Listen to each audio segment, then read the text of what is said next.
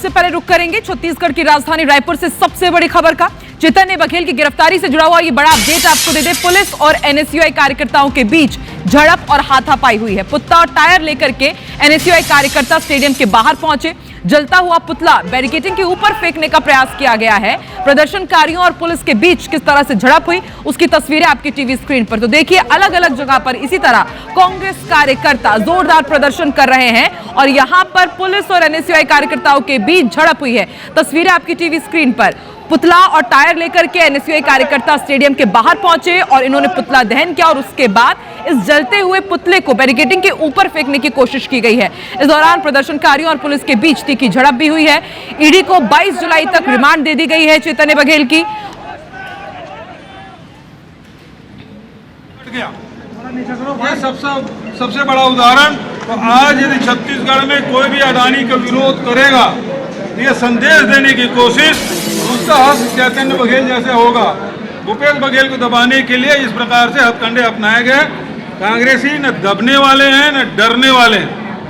हम आज भी विधानसभा गए थे, जनता के मुद्दे को आज भी वहां उठाए और ये लड़ाई सड़कों पे भी लड़ी जाएगी और न्यायालय में भी लड़ी जाएगी। पप्पू बंसल के बयान के आधार पर गिरफ्तारी की गई ऐसा कहा जा रहा है। पप्पू बंसल NBW है, नॉन अवेलेबल वारंट न्यायालय से निकला है, कोई ACB के कार्यालय से नहीं।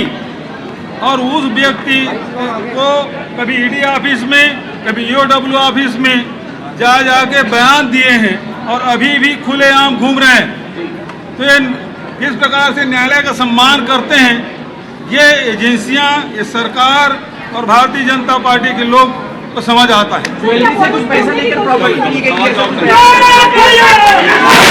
तो पूर्व सीएम भूपेश बघेल ने एक बार फिर से दोहराया है कि कांग्रेसी ना तो डरेंगे ना तो दबेंगे। इससे पहले भी जब चैतन्य बघेल को हिरासत में लिया गया था तो कुछ इसी तरह का रिएक्शन उन्होंने दिया था। कहा था कि भूपेश बघेल ना तो डरेगा ना तो झुकेगा। उन्होंने साफ एक बार फिर से EOW और जितनी भी तमाम इस तरह की जांच एजेंसीज हैं उन पर यह आरोप लगाए कि वो सिर्फ दबाने का और डराने का काम कर रहे हैं। उन्होंने कहा है कि जो भी अडानी का मुद्दा उठाएगा उसको इसी तरह से प्रेशराइज किया जा रहा है, लेकिन हम जनता के मुद्दे उठाते रहेंगे, सड़क से लेकर के सदन तक और न्यायालय भी जाएंगे। और दूसरी तरफ आप तस्वीर देखिए किस तरह से कांग्रेस कार्यकर्ता अब उग्र होते जा रहे हैं। ये उग्र आंदोलन की तस्वीर आप देखिए। रायपुर में आप देखिए किस तरह से पुतला दहन किया गया और जब इन्हें रोका गया तो जलते हुए पुतले को इन्होंने पुलिस की तरफ से जो बैरिकेडिंग लगाई गई थी उसके ऊपर ही डाल दिया। काफी हाथापाई यहाँ पर हुई है, झूमा झटकी हुई है और यहाँ पर साफ कहा है पूर्व सीएम भूपेश बघेल ने कि सिर्फ डराने की और धमकाने की कोशिश की जा रही है।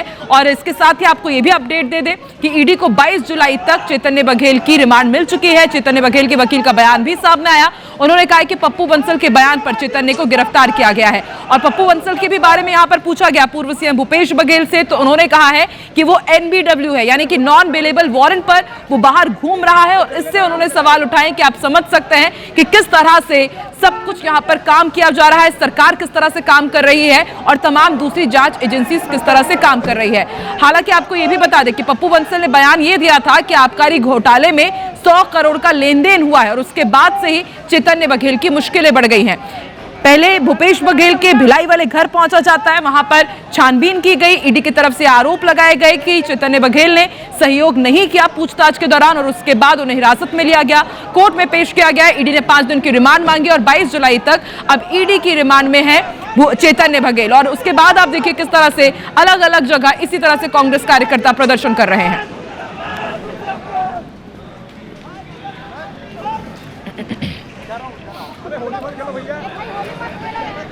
अरे जल्दी तो आराम से